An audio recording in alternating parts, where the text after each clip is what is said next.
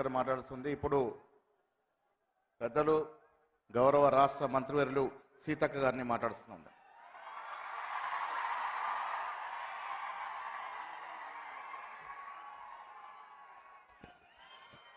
జోహార్ ఇంద్రవెల్లి అమరవీరులకు, జై కొమరం భీం.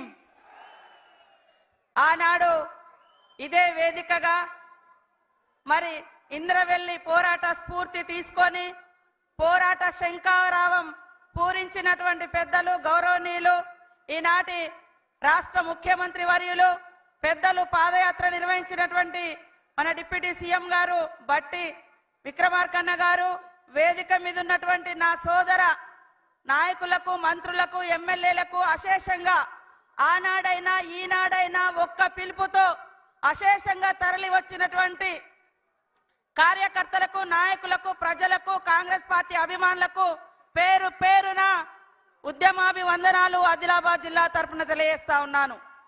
ఆ రోజు పోరాట స్ఫూర్తిని ఇక్కడనే మొదలు పెట్టుకొని రాష్ట్రమంతా పర్యటించడం జరిగింది.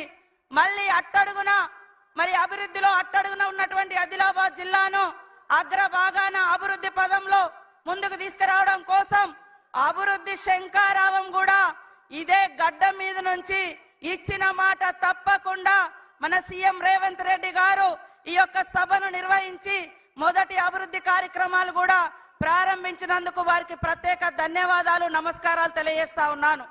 ఈరోజు అనేక సమస్యలు, మంచినీళ్లు లేవు, రోడ్లు లేవు, అంగన్వాడీ లేవు, కరెంటు లేదు, అనేక సమస్యలతో కునారిల్లుతున్నటువంటి ఈ జిల్లాకు మరి మేమున్నామనే ఒక భరోసానిస్తూ కోట్లాది రూపాయలతో ఈరోజు అభివృద్ధి కార్యక్రమాలకు కూడా శంకుస్థాపన చేయడం జరిగింది. ఈ రోజు ఒక శుభదినం, రాష్ట్రానికే కాదు దేశానికే అన్నం పెట్టినటువంటి కాంగ్రెస్ ప్రభుత్వం ఉపాధి హామీ చట్టాన్ని అమల్లోకి తీసుకొచ్చిన రోజు. ఈ ఉపాధి హామీ చట్టం అమ్మ సోనియమ్మ గారు, మన్మోహన్ సింగ్ గారు